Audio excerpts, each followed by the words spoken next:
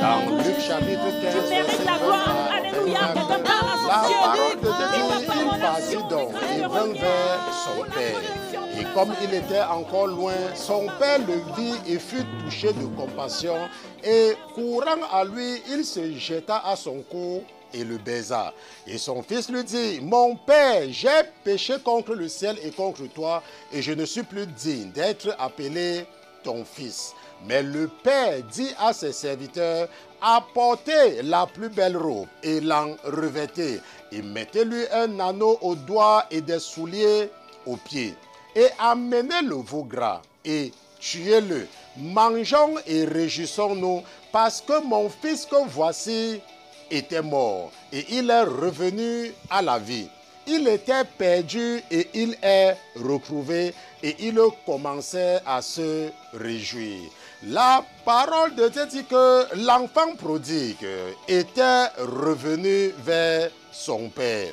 La parole de Dieu dit que l'enfant prodigue avait dit à son père qu'il a péché contre lui et qu'il a également péché contre le ciel. La parole de Dieu dit que le père ne s'était pas attardé sur la confession de son fils, mais il avait plutôt commandé aux serviteurs de préparer la fête.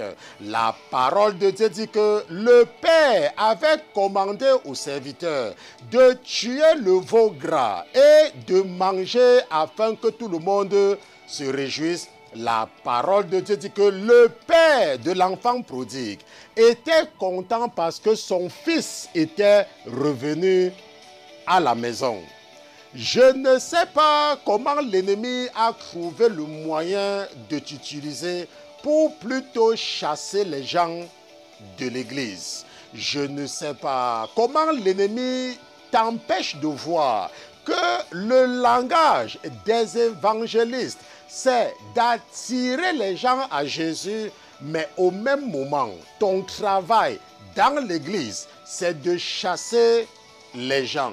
Je ne sais pas comment l'ennemi s'arrange à tellement endurci ton cœur pour que la seule chose que tu vois sur tes frères et tes sœurs, c'est le péché.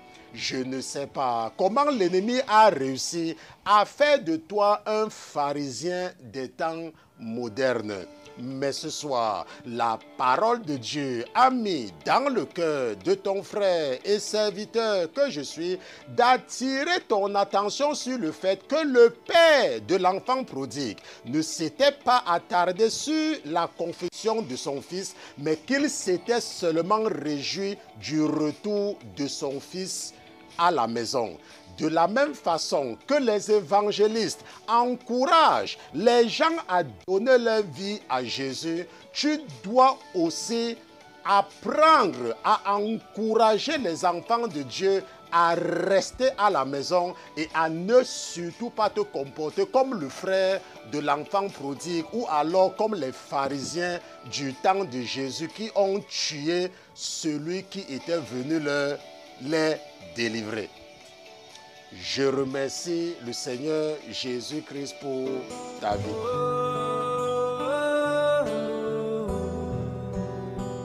Si cette vidéo t'a béni comme elle a béni d'autres personnes, alors abonne-toi.